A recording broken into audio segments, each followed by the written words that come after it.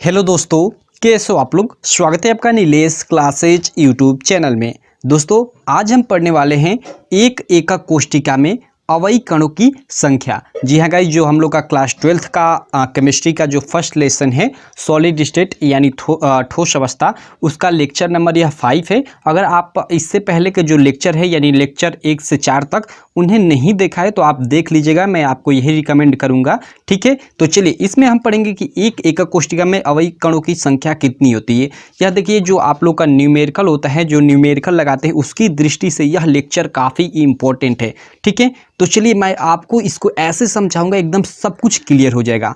और गाइस मैं कहना चाहूँगा आपसे, अगर आप हमारा हैंड रिटेन नोट्स लेना चाहते हैं तो आप इस नंबर पे व्हाट्सअप या कॉल कर सकते हैं। ठीक है, देखिए सभी सब्जेक्ट का नोट्स आपको हैंड रिटेन नोट्स मात्र 499 रुपये में मिल जाएगा। एकदम परफेक्ट नोट्स, वैसा नोट्स आपको पूरे यूट्यूब पे मैं गारंटी देता हूँ कि नहीं मिलेगा। ठीक है, तो चलिए हम देखते हैं। देखिए हम देखेंगे इसमें SCC, BCC, FCC और ECC के लिए। देखिए आपके सिलेबस के अनुसार ECC नहीं है, लेकिन मैं ECC के लिए भी बता दे रहा हूँ। आप केवल SCC, BCC और FCC को ध्यान दीजिएगा अच्छे से एकदम। ठीक है, और इसे भी समझ लीजिएगा, कोई दिक्कत नहीं, इन तीनों को समझ जाएंगे तो इसे भी समझ जाएंगे। देखिए SCC मीन्स क्या, आंध्र घनीय एकक कोष्ठिका। देखिए आंध्र एकक कोष्ठिका बोलिए या आंध्र घनीय, बीच में घनीय जोड़ दे, एक ही हुआ बात। ठीक है, तो आंध्र घनीय एकक कोष्ठिका। और BCC मीन्स अंतः केंद्रित घनीय एकक कोष्ठिका और FCC मीन्स फलक केंद्रित घनीय एकक कोष्ठिका और ECC मीन्स अंत्य केंद्रित एकक कोष्ठिका। आई होप आप इससे पहले के जो वीडियो लेक्चर देखे होंगे तो आपको इसके बारे में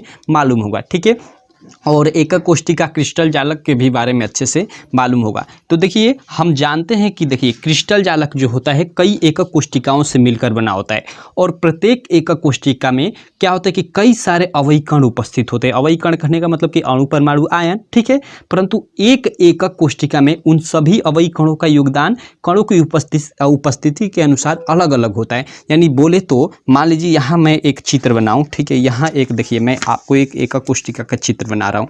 देखिए आप ध्यान दीजिए, एक एकक कोष्ठिका का मैं चित्र यहाँ पे बना रहा हूँ और इसके माध्यम से आपको समझाने की कोशिश करता हूँ। देखिए ओके, देखिए ये हम लोग का एक, मान लीजिए यह एक एकक कोष्ठिका है। ठीक है, मान लीजिए यह एक एकक कोष्ठिका है, तो यह मान लेता हूँ कि यह एक आंध्र एकक कोष्ठिका है। आंध्र एकक कोष्ठिका में क्या होता है कि केवल कोनों पे ही अवयवी कण उपस्थित हो, तो इस प्रकार की जो एकक कोष्ठिका होती है आंध्र एकक कोष्ठिका यानी SCC होती है। ठीक है, तो देखिए इसमें क्या है कि देखिए जो ये अवयवी कण है, ठीक है, इनका जो योगदान है इसी एकक कोष्ठिका में नहीं है। ठीक है, यह जो एक अवयवी कण है केवल एक, वह अपने चारों ओर उपस्थित 8 एकक कोष्ठिकाओं में सहभाजित होता है। ठीक है, मतलब अगर देखिए क्रिस्टल जालक में ये बात की जा रही है, जैसे आप देखिए यह अगर इस एकक कोष्ठिका की आप बात करें या इस एकक कोष्ठिका की बात करें तो देखिए इधर एक इसी तरह एक पीछे, और इधर अगर कोई एक और मान लीजिए कोई एकक कोष्ठिका इससे जुड़ी है, क्योंकि क्रिस्टल जालक में तो आप जानते हैं कि कई सारी एकक कोष्ठिकाएं होती हैं।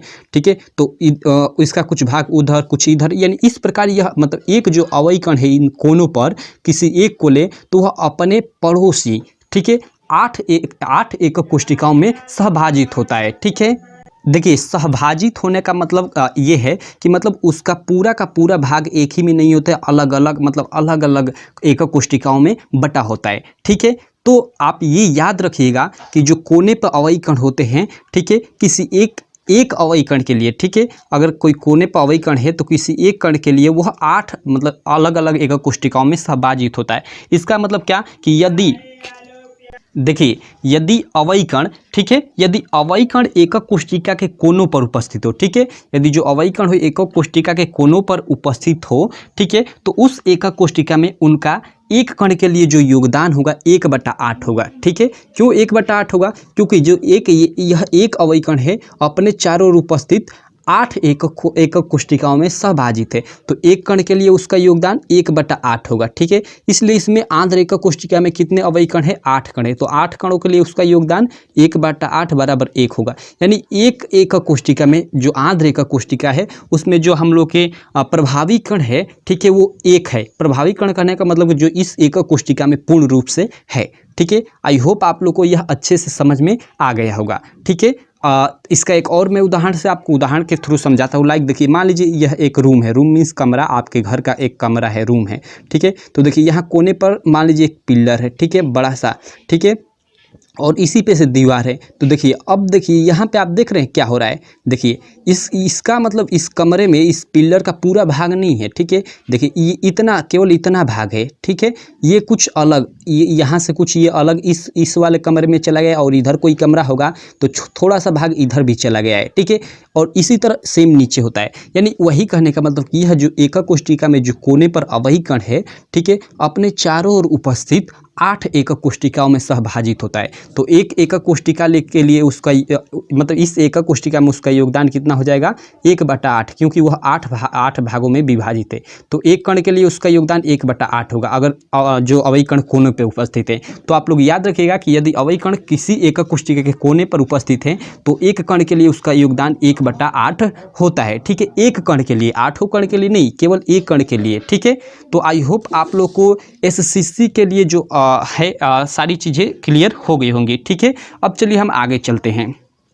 अगला हम लोग का है बीसीसी, ठीक है दोस्तों, काफ़ी इंपॉर्टेंट है। बीसीसी यानी अंतः केंद्रित एकक कोष्ठिका इसको बोलते हैं, ठीक है। आपने पिछला वीडियो लेक्चर नहीं देखा है तो मैं आपको रिकमेंड करूंगा कि आप पिछला वीडियो लेक्चर देख लीजिए। चलिए पहले मैं आपको सबको शॉर्ट में बता देता हूँ, उसके बाद उसका एक पूरा आपको चार्ट दिखा दूंगा, जिससे आपको सभी कुछ समझ में आ जाएगा, ठीक है। तो देखिए बीसीसी में क्या होता है, चलिए इसको भी मैं एक चित्र के माध्यम से समझाता हूँ। देखिए इसका भी एक मैं जल्द से चित्र बना लेता हूँ। थोड़ी चित्र में गड़बड़ी हो तो कोई दिक्कत नहीं, ठीक है, क्योंकि हम इसको समझ रहे हैं, ठीक है। ओके, चलिए इसको मैं जल्द से जल्द चित्र बना लेता हूँ।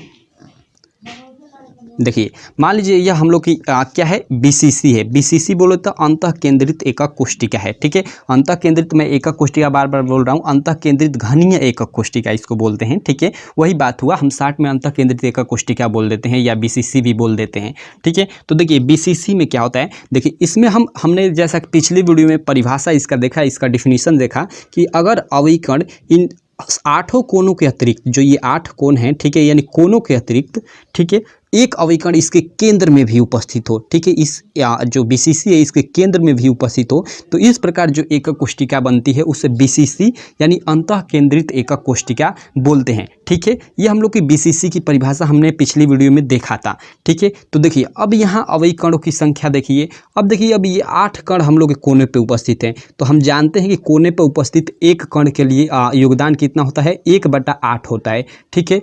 तो चूंकि हम लोग के यहाँ 8 कण है तो 8 कणों का योगदान कितना हो जाएगा, इस एकक कोष्ठिका में 1/8, 8 × 1/8 बराबर 1 हो जाएगा, यानी एक कण का पूर्ण रूप से इस एकक कोष्ठिका में योगदान है। अब देखिए इसके अलावा तो एक केंद्र पे भी उपस्थित है। तो देखिए जो केंद्र पे कण उपस्थित होता है उसका पूर्ण रूप से इसी एकक कोष्ठिका में योगदान होता है। ये कैसे, तो देखिए मैं आपको एक उदाहरण के माध्यम से समझाता हूँ। देखिए घर वाला ही उदाहरण देता हूँ। मान लीजिए यह एक आप लोग का रूम है, ठीक है, यह एक रूम है, ठीक है। देखिए आपको उतने अच्छे से मैं नहीं इसमें समझा सकता हूँ, आप अपना मतलब दिमाग में आप मतलब इसको बात को रखिए। देखिए लाइक छत है और आपकी एक ज़मीन है, छत और ज़मीन के बीच में अगर, ठीक है, एकदम बीच में आप लोग का रूम है, ठीक है, छत है और एक फर्श है, आपका नीचे वाला एक छत है और एक फर्श है, यानी बीच में आप लोग का रूम के मतलब काफ़ी सारी खाली स्थान है। तो उसी बीच में एक अवयवी कण है, तो इसका मतलब क्या, वो उसी रूम में ही पूर्ण रूप से, किसी दूसरे रूम में नहीं है। तो इसका मतलब कि जो केंद्र पर कण है, ठीक है, एकदम केंद्र यानी बीच में, समझ रहे हैं, पूरा रूम है उसके एकदम बीच में, मतलब छत से कुछ नीचे, ज़मीन से कुछ नीचे, इस दीवार से और इस दीवार से एकदम बीच में हो। तो बीच में हो तो इसका मतलब वो पूरे उसी रूम में है, उसका और किसी रूम में योगदान नहीं है, वह और किसी रूम में सहभाजित नहीं है। इसका मतलब जो केंद्र पर कण होता है उसका पूर्ण रूप से योगदान इसी एकक कोष्ठिका में होता है। तो यहाँ हम लोग का एक ये हो गया, यानी अगर यहाँ हम जो हम लोग के प्रभावी कण हैं 1, 1, 2 हैं, यानी इसके लिए आप लोग याद रखिएगा बीसीसी के लिए जो हम लोग के प्रभावी कण होते हैं जिसको हम जेड से डिनोट करते हैं, आगे चलकर हम पढ़ेंगे, इस पर एक फार्मूला निकालेंगे और न्यूमेरिकल में इसको यूज करेंगे, ठीक है। तो बीसीसी के लिए जो जेड होता है यानी प्रभावी कण इसको बोलते हैं, जो अपना इस एकक कोष्ठिका में प्रभाव डालते हैं, ठीक है, वो 2 होता है, ठीक है। तो आप लोग याद रखिएगा, हमने ऊपर देखा एससीसी के लिए एक, हमने देखा एससीसी यानी आंध्र रेखा कोष्टिका के लिए एक, और हमने देखा बीसीसी के लिए 2। और कैसे देखा इसको भी हमने इस चित्र के माध्यम से प्रूव कर दिया।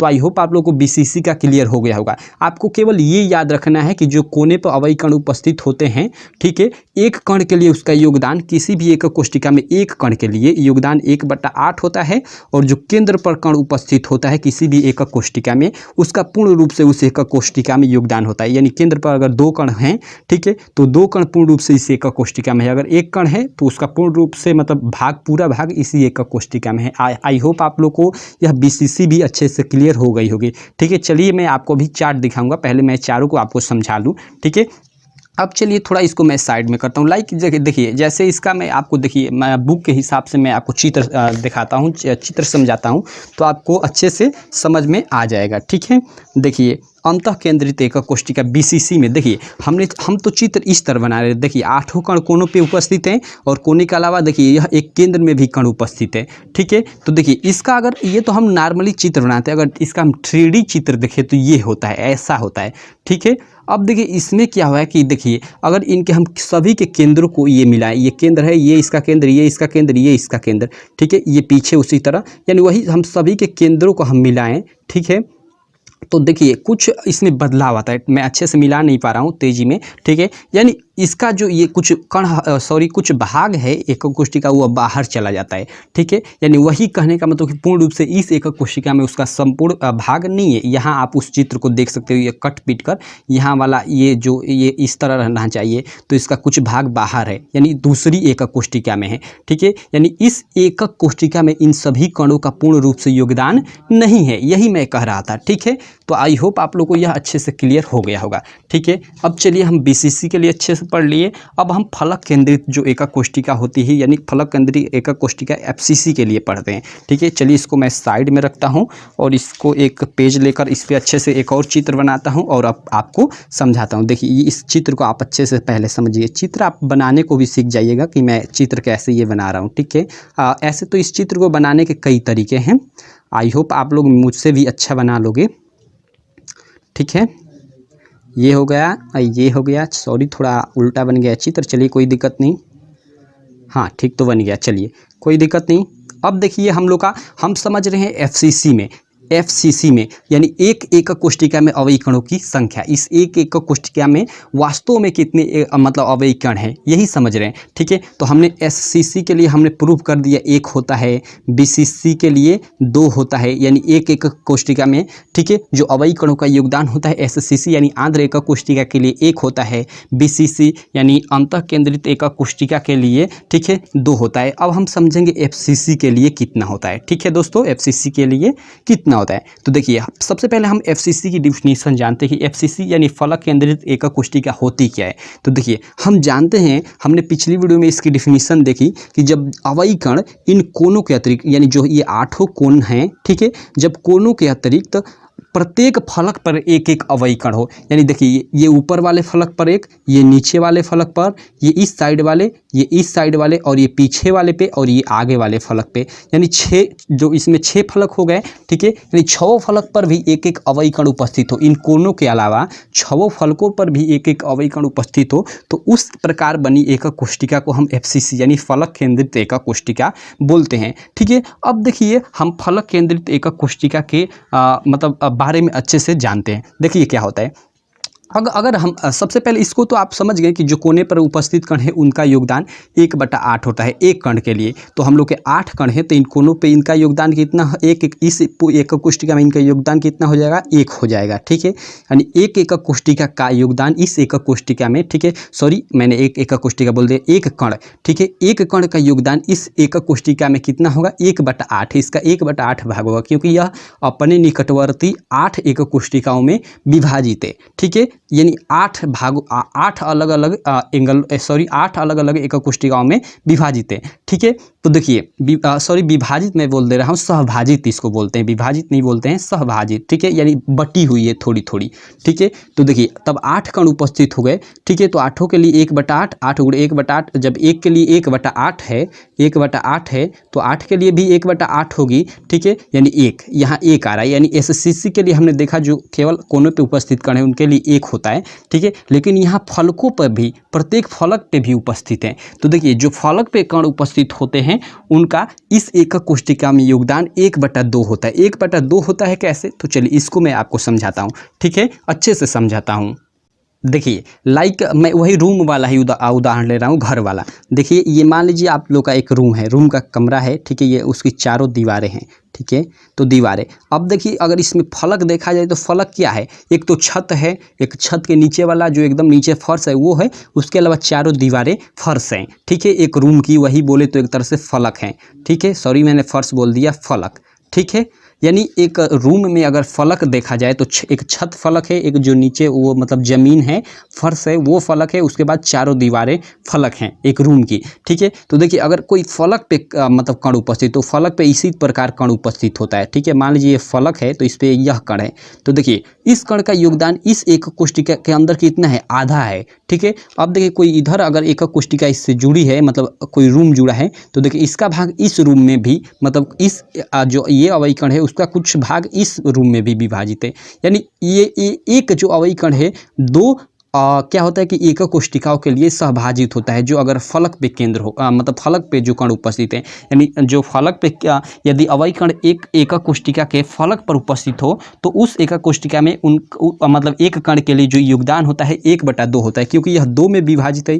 यह एक कण है और कितने में विभाजित है, 2 में, तो एक कण के लिए योगदान इसका कितना हो जाए, इसका 1/2 यानी आधा हो जाएगा। यानी एक जो एक एकक कोष्टिका में इसका जो भाग रहेगा वो इस एकक मतलब ये जितनी बड़ी है उसका आधा भाग रहेगा एक में, और एक में आधा रहेगा। आप बात को समझ रहे हैं। तो अगर यहाँ 6 है, यानी कण 6 है, एक के लिए हमने देखा 1/2, तो 6 के लिए भी 1/2 यानी 6 का 1/2।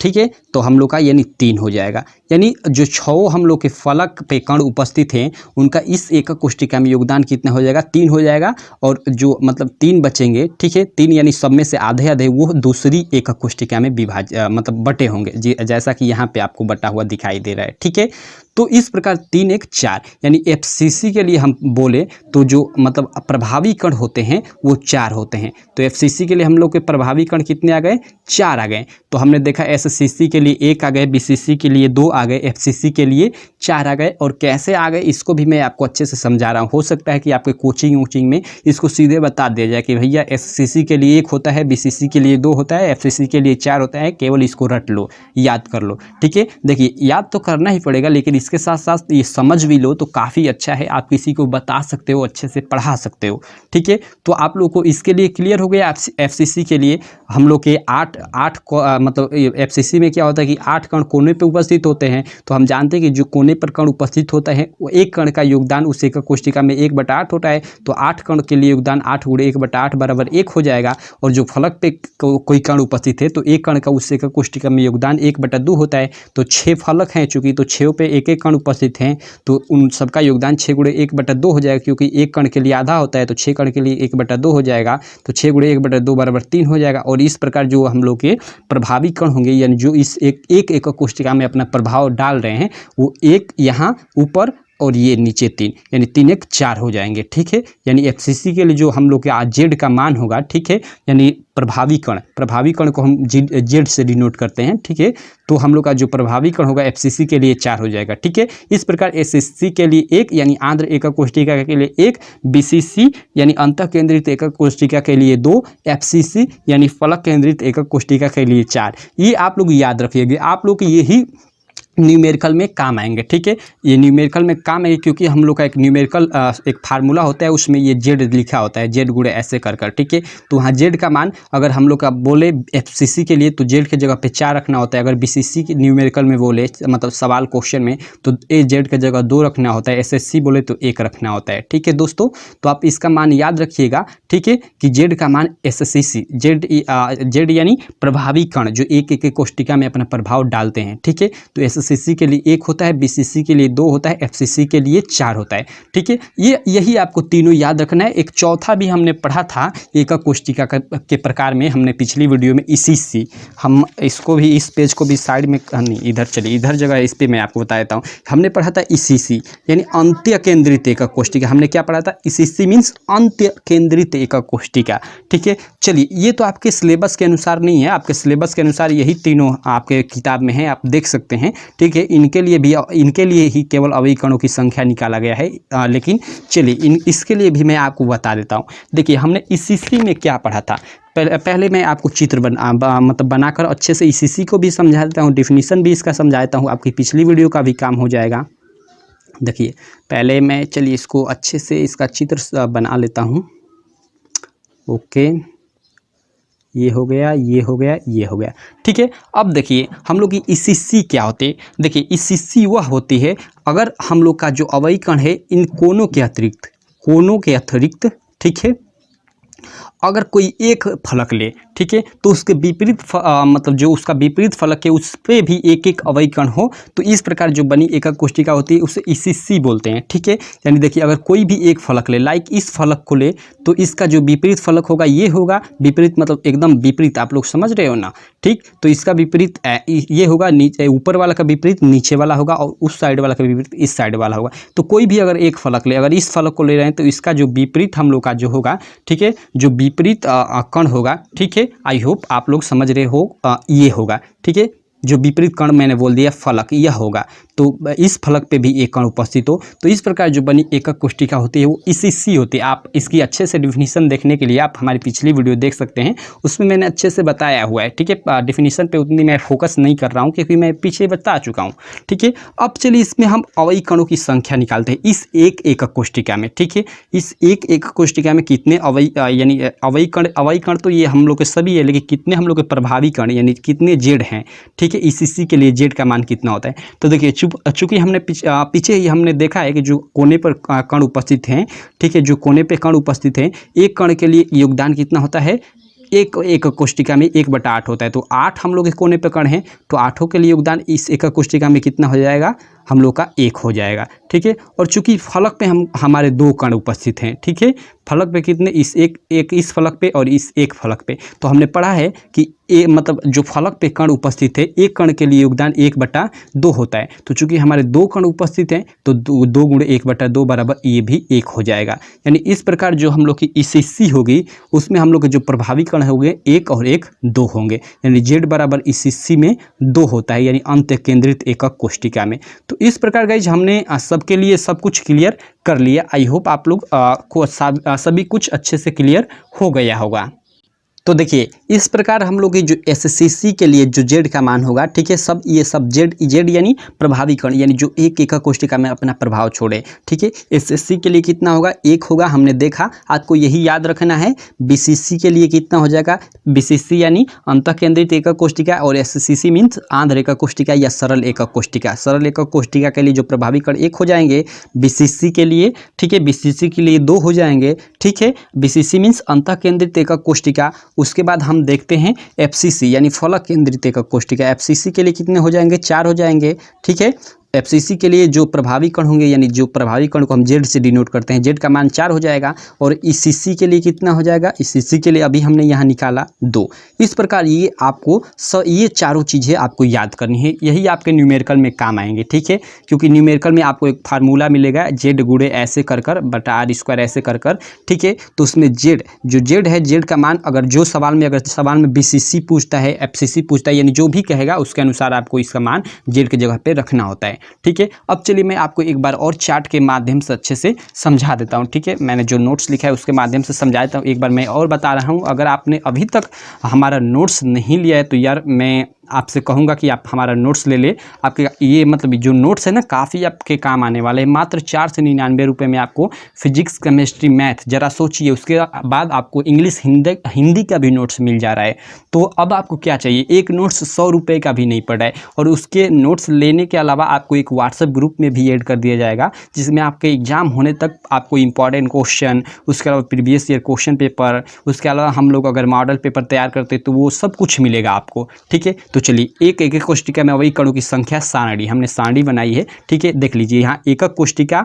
ठीक है, ये एकक कोष्टिका का नाम है। यहाँ कुल अवयवी कण यानी कितने अवयवी कण होते हैं। ठीक है, कणों का एक एकक कोष्टिका में योगदान कितना होता है, उसके बाद हम लोग के प्रभावी कण। ठीक है, तो देखिए आंत एकक कोष्टिका यानी एससीसी होती है, इसमें केवल 8 कण उपस्थित होते हैं और कहाँ होते हैं, कोनों पर। ठीक है, केवल कोने पर उपस्थित होते हैं 8 कण। ठीक है, तो देखिए हम जानते हैं कि कोने पर उपस्थित कणों का योगदान, किसी एक कण का योगदान उस एकक कोष्टिका में 1/8 होता है। तो चूंकि हम लोग के 8 कण उपस्थित हैं तो 8 का गुणा 1/8 कर देंगे, यानी एक एकक कोष्टिका में इस मतलब जो हम लोग के 8 कोने पर उपस्थित कण हैं, ठीक है, 1 हो जाएगा, उनका योगदान 1 हो जाएगा। यानी एक तरह से बोले तो 8 कण उपस्थित हैं लेकिन केवल उस एक एकक कोष्टिका में एक ही कण के बराबर उन सभी का योगदान है। ठीक है, और उन 8 का मतलब कुछ मतलब भाग दूसरी एकक कोष्टिका में विभाजित बोल रहा हूँ, सहभाजित है। ठीक है, अब चलिए इस प्रकार जो हम लोग का प्रभावी कण यहाँ आएगा 1 आएगा, यानी प्रभावी कण जो होगा यानी जो अपना एक एकक कोष्टिका में प्रभाव डालता है यानी जेड का मान 1 होगा। ठीक है, प्रभावी कण को हम जेड से डिनोट करते हैं, आप लोग याद रखिएगा। ठीक है, अब चलिए हम अंतः केंद्रित एकक कोष्टिका में देख लेते हैं। देखिए अंतः केंद्रित एकक कोष्टिका यानी जो बीसीसी होती है, हम इसमें जानते हैं कि 8 कण कोने पर उपस्थित होते हैं और एक कण जो होता है केंद्र पर उपस्थित होता है। तो चूंकि हमने देखा कि जो कोने पर उपस्थित कण होते हैं, ठीक है, एक कण के लिए योगदान जो होता है 1/8 होता है, तो 8 कण के लिए योगदान 8 × 1/8 बराबर 1 हो जाएगा। ठीक है, और जो केंद्र पर कण उपस्थित होता है उसका पूर्ण रूप से उसी एकक कोष्टिका में योगदान होता है। जैसा कि हमने इसमें एक रूम का उदाहरण लिया कि अगर हम एक रूम ले ले यानी घर का ही रूम, यानी जिसे हम चलिए घर का रूम जो है तो उसमें जो छत है और जो हम लोग का फर्श, उसके बीच अगर कोई बीच में वस्तु हो तो उसका पूर्ण रूप से यानी जहां हम ऊपर छत पे पंखा लगाते हैं, पंखा के थोड़ा सा नीचे अगर कोई चीज़ उपस्थित हो, ठीक है, तो वह पूर्ण रूप से उसी रूम में उपस्थित है, ना कि किसी दूसरे रूम में भी उपस्थित है। यानी जो केंद्र पर वही केंद्र पर है एकदम। ठीक है, तो जो केंद्र पर उपस्थित कण होता है वो पूर्ण रूप से उसी एकक कोष्टिका में होता है, उसी रूम में होता है। ठीक है, तो उसका हम पूरा का पूरा इसका भाग ले लेते हैं। ठीक है, तो इस प्रकार 8 कोनों पर उपस्थित कण का योगदान 1 हो गया उस एकक कोष्टिका में, और एक केंद्र पर है तो उसका पूर्ण रूप से उसी एकक कोष्टिका में योगदान हो गया। इस प्रकार 1 और 1 2 योगदान हो गया अंतः केंद्रित एकक कोष्टिका में। ठीक है, मतलब अंतः केंद्रीय एकक कोष्टिका में एक एकक कोष्टिका में योगदान। ठीक है, तो बीसीसी के लिए जो प्रभावी कण हो गया 2 हो गया, आप लोग ये याद रखिएगा।